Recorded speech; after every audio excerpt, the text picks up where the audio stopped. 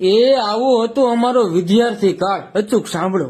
ચોપડીઓની વચ્ચે વિદ્યાના ઝાડનું ડાળું અને મોરના પીછાને મૂકવાથી અમે હોશિયાર થઈ જઈશું એવી દ્રઢ માન્યતા હતી. એના કારણે અમારો આત્મવિશ્વાસ વધતો અને કપડાના થેલામાં કે રાસાયણિક ખાતરની થેલીમાં ચોપડા ગોઠવવા એ અમારું આગવું કૌશલ્ય હતું.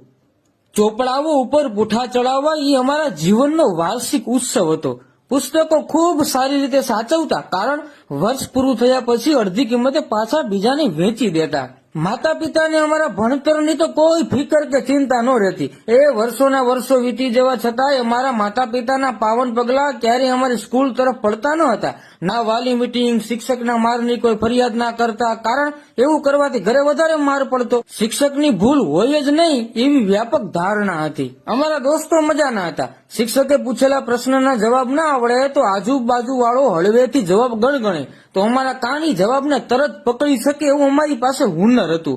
આવી તો મિત્રને મદદ કરવાની ભાવના હતી. સાયકલ લઈને જતા ત્યારે એકને દંડા પર અને બીજાને કેરિયર પર બેસાડતા. અમે આ રીતે કેટલીય મંજિલો ખેડી હતી. એ અમને આજે પણ યાદ છે. બોર વીણવા જતા, નદીમાં ધુબકા મારવા જતા. 1 થી 5 ધોરણ પાટી પેન સાથે ભણ્યા એટલે અમારામાં કેલ્શિયમ ભરપૂર રહેતું. 6થા ધોરણથી સાયવાળી પેન વાપરતા, ખિસ્સામાં બ્લુ ધાબુ, હોઠ પણ બ્લુ, આંગળીઓ પણ બ્લુ. આ અમારા ભણવા નહીં ધગશની નિશાની હતી. એ જમાનામાં ટેલિવિઝન નવા આવ્યા હતા. કોઈકના ઘરે ટેલિવિઝન હતા, બધાને ત્યાં નહીં.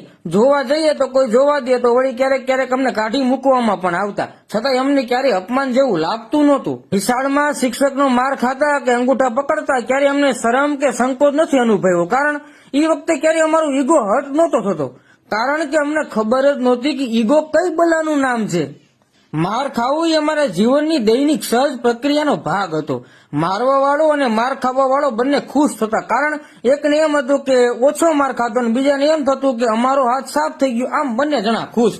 વેકેશનમાં મામા, ફઈ, માસીના બાળકોનું ટોળું અમારા ઘરે આવતું. ધીંગા મસ્તી કરતા, છતાંય મા બાપને કંટાળો ના આવતો, કારણ એની કોઈ લક્ઝરિયસ માંગ ના રહેતી. જેવું ઈ ખાઈ લેવાનું, નીચે હારબંધ ગોદડામાં સૂઈ જવાનું, વાડીએ જઈને કુંડીમાં સમૂહ સ્નાન કરી આવવાનું. દરરોજ નાવાનું પણ ફરજિયાત નહોતું. મગફળીના દાણા અને ગોળ અમારો નાસ્તો હતો. 10 પૈસાના ચાસણીવાળા બરફના ગોળાની લાલચ આપી અમારી પાસે ખૂબ કામ કરાવી લેવાતું. ત્યારે કોઈ બાળ અધિકાર પંચ નહોતું કે અમારી મદદે આવે. જે જીવન જીવીને અમે આવ્યા છીએ એની સામે હાલનું જીવન કાંઈ નથી સાહેબ. અત્યારનું કોઈ દુઃખ અમારા આત્મવિશ્વાસને ડગાવી ના શકે. એટલા મજબૂત બનીને અમે મોટા થયા છીએ. અમે સારા હતા કે ખરાબ એ ખબર નથી, પણ અમારો પરિવાર અને અમારા મિત્રો અમારી સાથે હતા એ જ મહત્વનું હતું. અને એ જ આનંદિત દિવસોનું ભાથું આજે પણ અમારી ઇમ્યુનિટી વધારી આપે છે. એટલે તો આજે પણ અમે રાતી રાયણ અને ગલગોટા જેવા છીએ. એ હંમેશા ખુશ રહો, મસ્ત રહો.